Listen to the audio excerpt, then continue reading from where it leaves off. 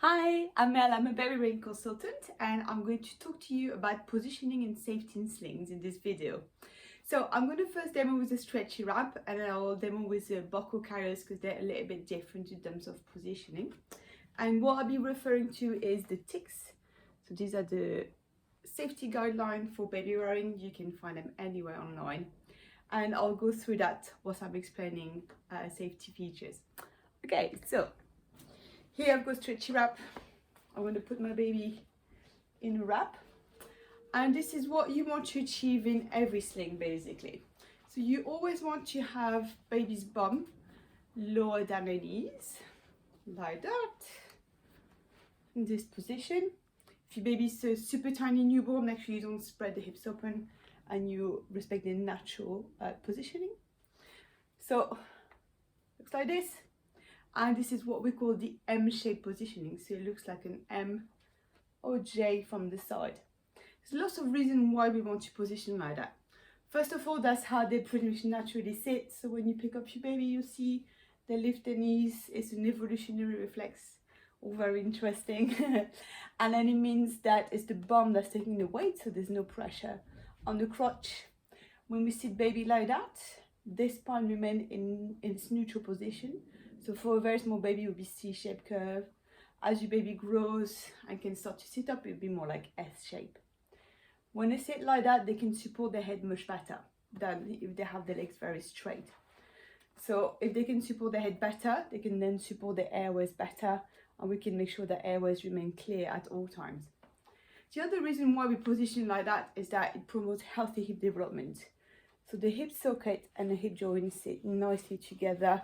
We have this really good connection that helps promote healthy hip development. This is all this compared to having the legs very straight, where the baby is not as well supported.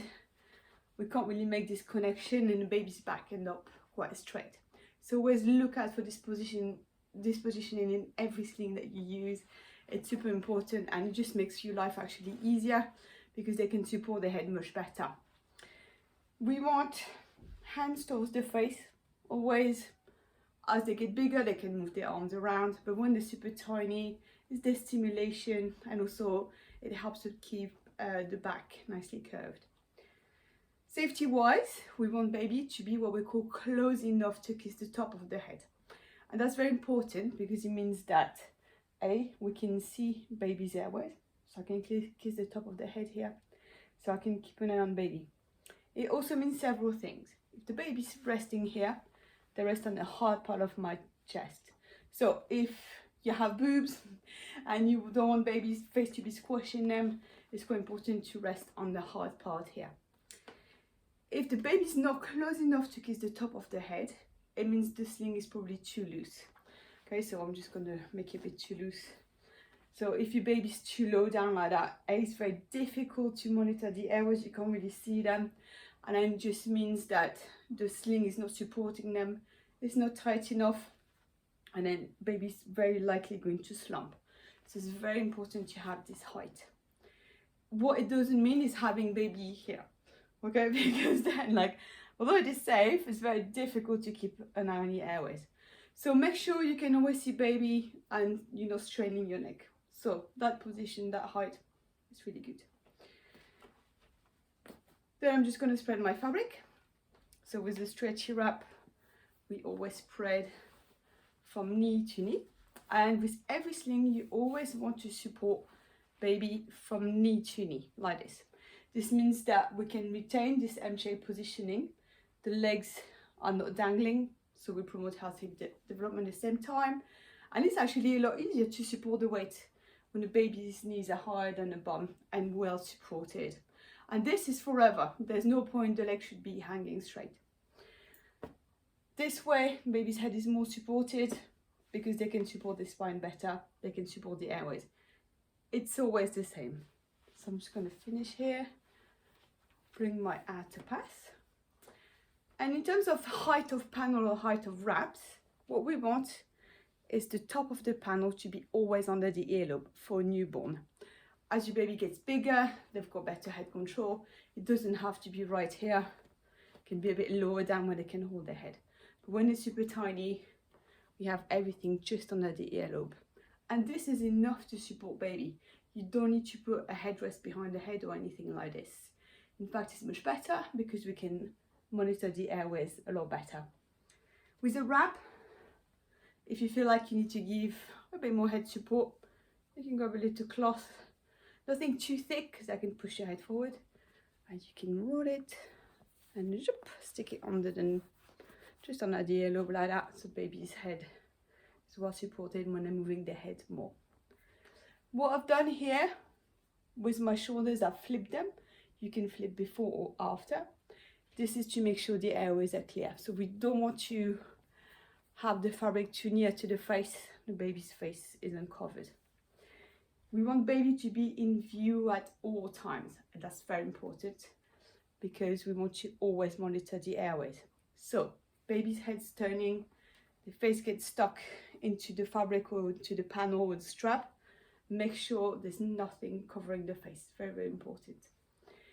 In view at all times also mean always monitor your baby in a sling. So if your baby's having a nap and you feel like, gosh, I need a nap, I'm so tired, fair enough. Take baby out and put baby on a safe sleeping surface. Don't sleep if you have your baby in your sling because something can happen, can move fabric over the face. It's very important to always keep an eye on baby. We want the sling to be tight. That's super important. So tension is something that comes with practice. The more you do it, the more you get a sense for it. If, for example, with a stretchy wrap, you find your baby start to slump down, they're just not close enough to kiss the top of their head, then airways can become blocked like that because the head will slump. Don't panic, just take baby out, retighten a bit. It takes some practice, very soon you'll get there. Same with carriers, and I'll show you that in a minute. We want to always carry baby upright, and that is very important because this way we can support the airways better. Avoid carrying lying down on the cradle carry, it can be quite dangerous, maybe because teenagers will touch and they can stop breathing, okay? When baby's asleep, we want to have 2 fingers between the chin and chest, okay? So roughly that amount. So we avoid slumping like this. And that's very important, so we know the airways are clear and they're breathing fine. Some babies like to what we call face plant. So they love to fall asleep like that, okay? They love to smell the chest. It's completely normal. Don't panic. Make sure you can still see the nose and the airways and that the head isn't pushed forward, okay? But what you want to do is when they're fast asleep, to turn the head to the side so you can always see those airways and it's much easier to monitor. If you have a wrap, the nice thing about it is that you can support the back of the head like that. So then we can make sure we fit 2 fingers between chin and chest. A little tip, if you find your baby does that a lot and it's difficult to turn the head, try to reposition baby a little bit to what we call a pelvic tuck, where we're going to go inside.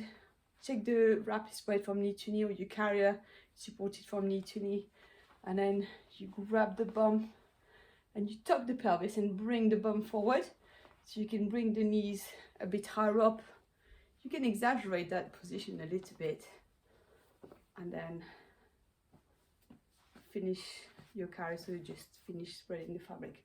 And that can really help. It can be just the key to positioning, which then help supporting the airways better. Okay, so now I'm going to demo with the carrier, so it's a little bit different, just so that you have an idea and I can give you some tips as well. So I'm just going to pop baby out. Take my wrap off and I'm going to grab an Ergo Adapt Soft Flex because it's a little bit bulky. So for small babies, sometimes it's a bit tricky to position. I'm going to show you with that one. So I'm going to quickly put it on. If you want to see tutorials, there's more tutorials on the website, or you can go to my YouTube channel. So I'm just going to clip my waist belt in. So the first thing with waist belts is that they should be on your waist, okay? If it's too low down, then baby won't be close enough to kiss the top of the head. So you're compromising safety, especially with small babies. you might have to have that waist belt quite high up so that baby is here, and that's super important. So here I'm going to go straight strap, and I'm just going to stick baby in. Baby on my shoulder, and I'm going to grab the legs. And with carriers, especially if they're quite bulky like this one, make sure the bum goes down first. And for small babies, you can sit over the waist belt. That'll give you much better positioning than sitting on top of the waist belt and the baby's not quite the right height, or you can't get nice M-shaped positioning. So don't hesitate, have the waist belt nice and high, bum over the waist belt. That can actually help. Keep hands inside. I'm just going to move the hood out of the way.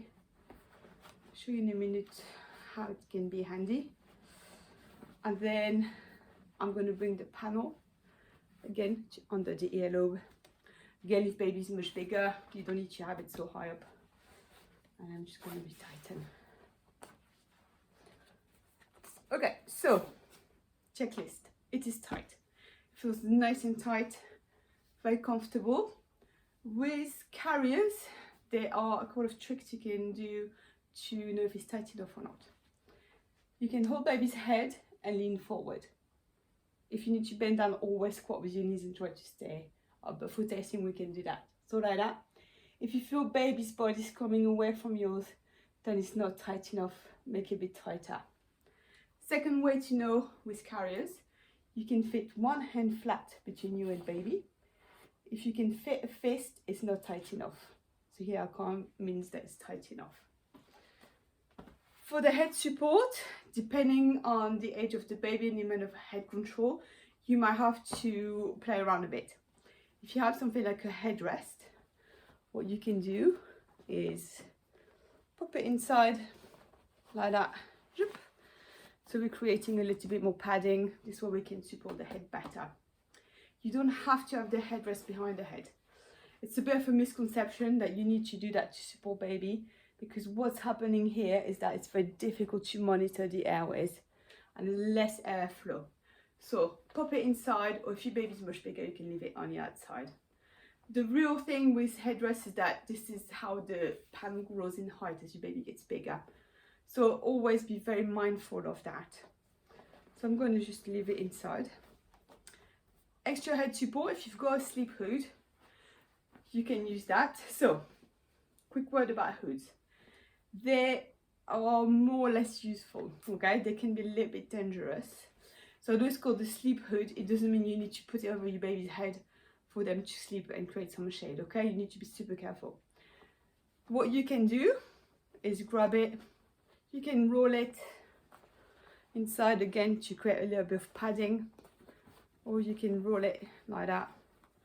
And this is just one carrot. All carrots are very different. They're all made very differently. But you can do that and then attach it. Or you can use it over the back of the head like that to create some extra head support. What I would always avoid is to do that, okay? Because it's very difficult to keep the airways clear. What they are handy for is when your baby's much bigger, you start back carrying around 6 months-ish for a buckle carrier, and then fall asleep like that.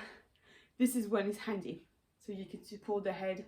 But again, I would just use half of it. There's no need to cover the face. If it's raining, use an umbrella. If it's hot, to use an umbrella as well, something to shade the baby. Again, in hot weather, be super careful because that can raise the temperature. And if it's cold, you wear a little hat. It's much, much better. So here, nice and tight. I can see baby, so baby's nice and high. I can fit 2 fingers between chin and chest. So again, I've played around with the headrest or the hood to create some padding. If you have nothing, you can try and play around with a little cloth. Just make sure it doesn't go over the face. Baby's close enough to kiss. I can keep 2 fingers between chin and chest, and my baby's upright. So supported back, it's supported from knee to knee all the way here. Not all carriers fit all babies in body shape, so it's very important to get support. Go to your nearest sling library and try something that works for you. If the carrier is too bulky, it's just not safe.